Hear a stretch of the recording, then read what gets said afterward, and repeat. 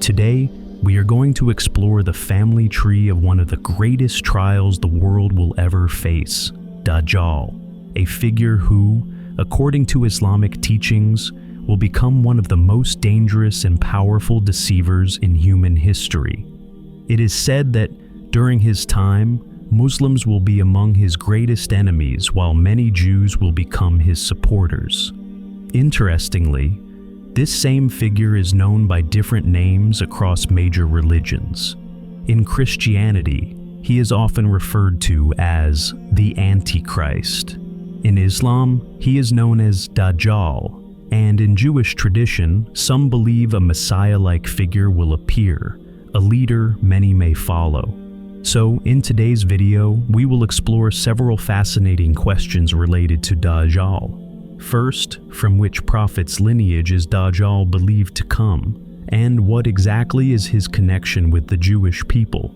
Second, during the time of Prophet Suleiman, how did Dajjal attempt to take control of his powerful kingdom? And finally, which companion of Prophet Muhammad is believed to have encountered Dajjal? Since Dajjal is believed to be connected to a Jewish lineage, understanding his ancestry first requires us to understand the origins of the Jewish people themselves. To trace this lineage, we must go back to a figure who is recognized across all three Abrahamic religions, Prophet Nuh, the shared ancestor of many later nations. According to Islamic tradition, Prophet Nuh was among the earliest prophets who warned his people about the great trial of Dajjal. However, his people repeatedly mocked his message and rejected his warnings. For nearly 950 years, Prophet Nuh continued calling his people toward the truth.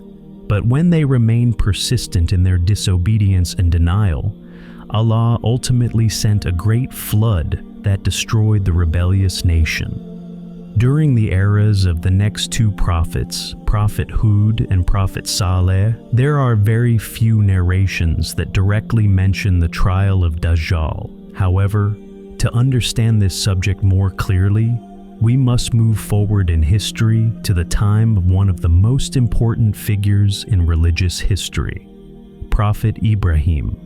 In Islam, Prophet Ibrahim is often referred to as the father of many prophets because a large number of later prophets came from his lineage.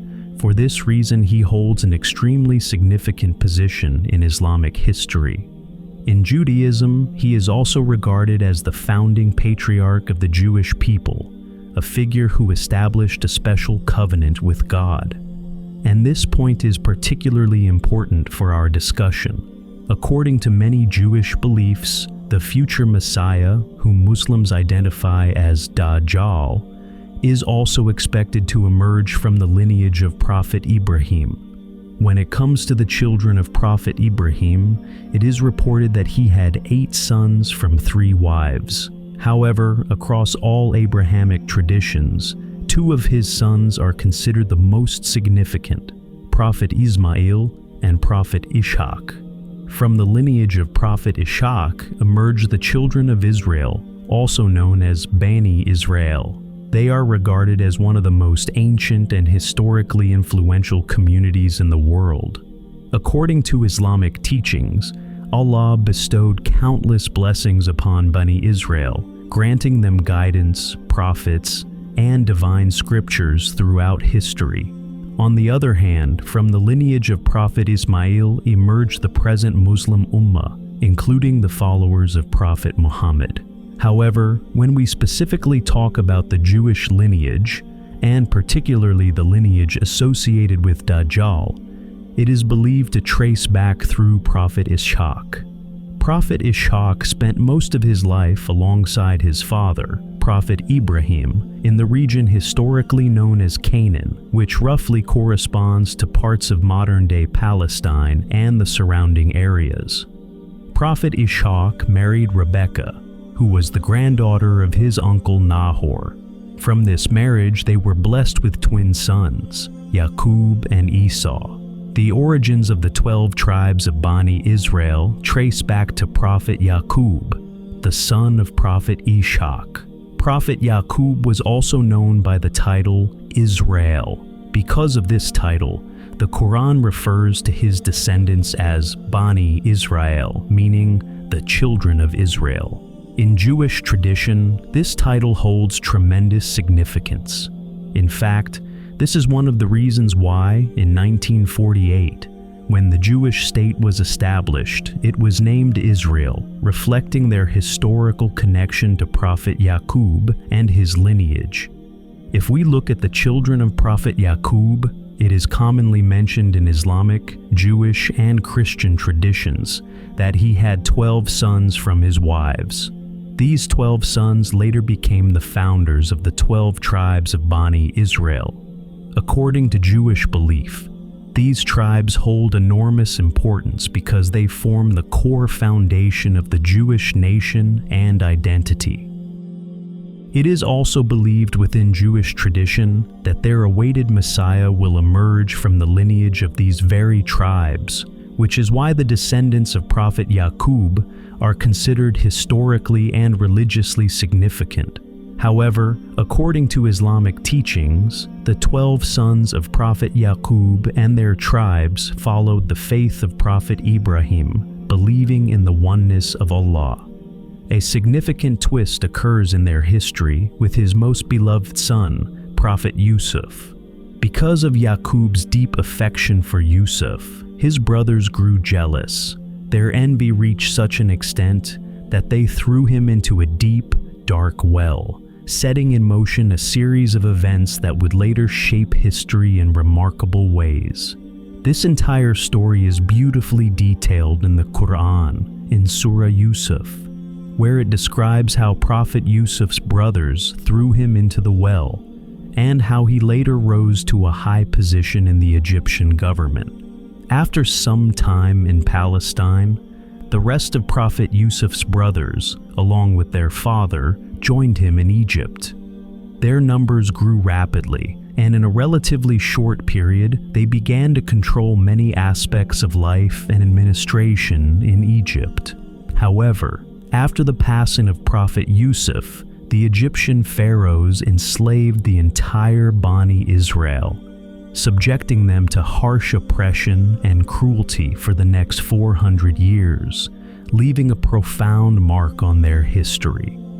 When the oppression of the pharaoh reached unbearable levels, Prophet Musa was born among the children of Bani Israel. He is regarded as one of the most important prophets in Judaism, Christianity, and Islam. Prophet Musa led approximately 60,000 people from the 12 tribes of Bani Israel and freed them from the tyranny of Pharaoh. Through divine guidance, he delivered them from slavery and began guiding them toward their promised land, the land of Palestine. During this journey, God revealed the Torah to Prophet Musa, giving divine law and guidance to the people. At that time, the 12 tribes of Bani Israel were united and recognized as one community, effectively granted the status of a distinct nation under divine guidance. Viewers, in the Torah, Prophet Musa did not explicitly teach about any coming Messiah.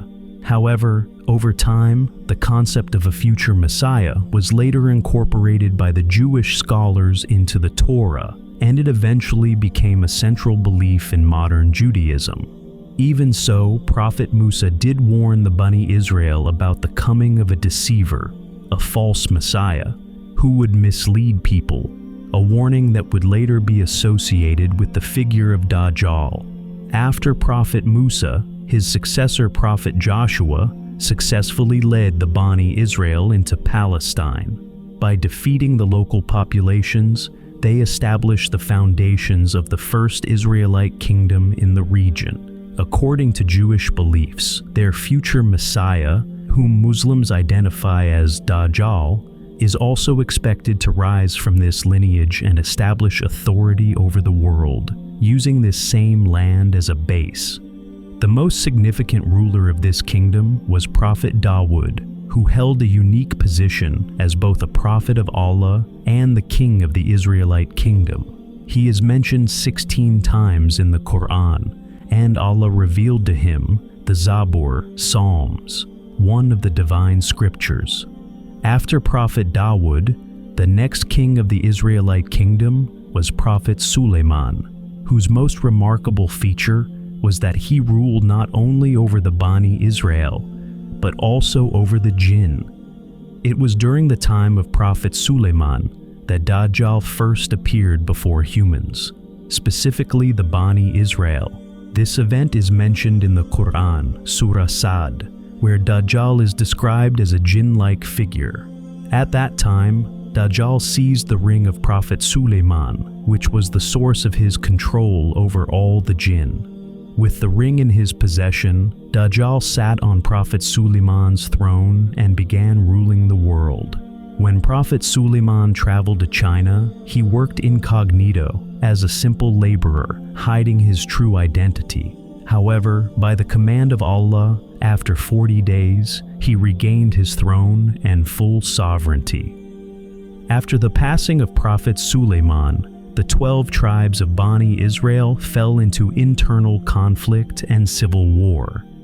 This division made it easy for foreign invaders to take advantage of their disunity, eventually seizing control of their kingdom. During this period, Allah sent several prophets to guide them, but the people had become so entrenched in disobedience that they rejected and even killed the prophets. As a result, Allah raised Prophet Issa from the tribe of Judah, who is regarded as the final prophet for the Bani Israel. Regarding Dajjal, Prophet Issa is considered an extremely important prophet. It is said that when Dajjal appears in this world, he will claim to be Issa, Jesus, and will perform many miracles. In fact, he will replicate the very miracles that Allah granted Prophet Issa, such as healing the blind and the sick, giving life to birds made of clay, and most importantly, bringing the dead back to life.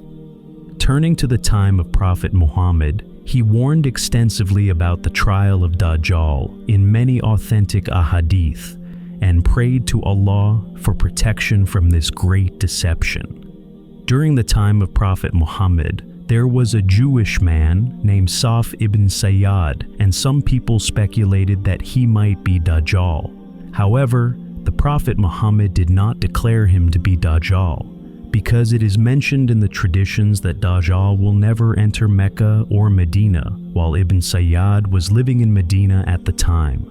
An interesting point is that after the Battle of Khaybar, Ibn Sayyad disappeared mysteriously, and to this day, no one knows what happened to him. Another important event from the time of Prophet Muhammad is the narration of Tamim al-Dari, who was a companion of the Prophet and known for his honesty and strong faith.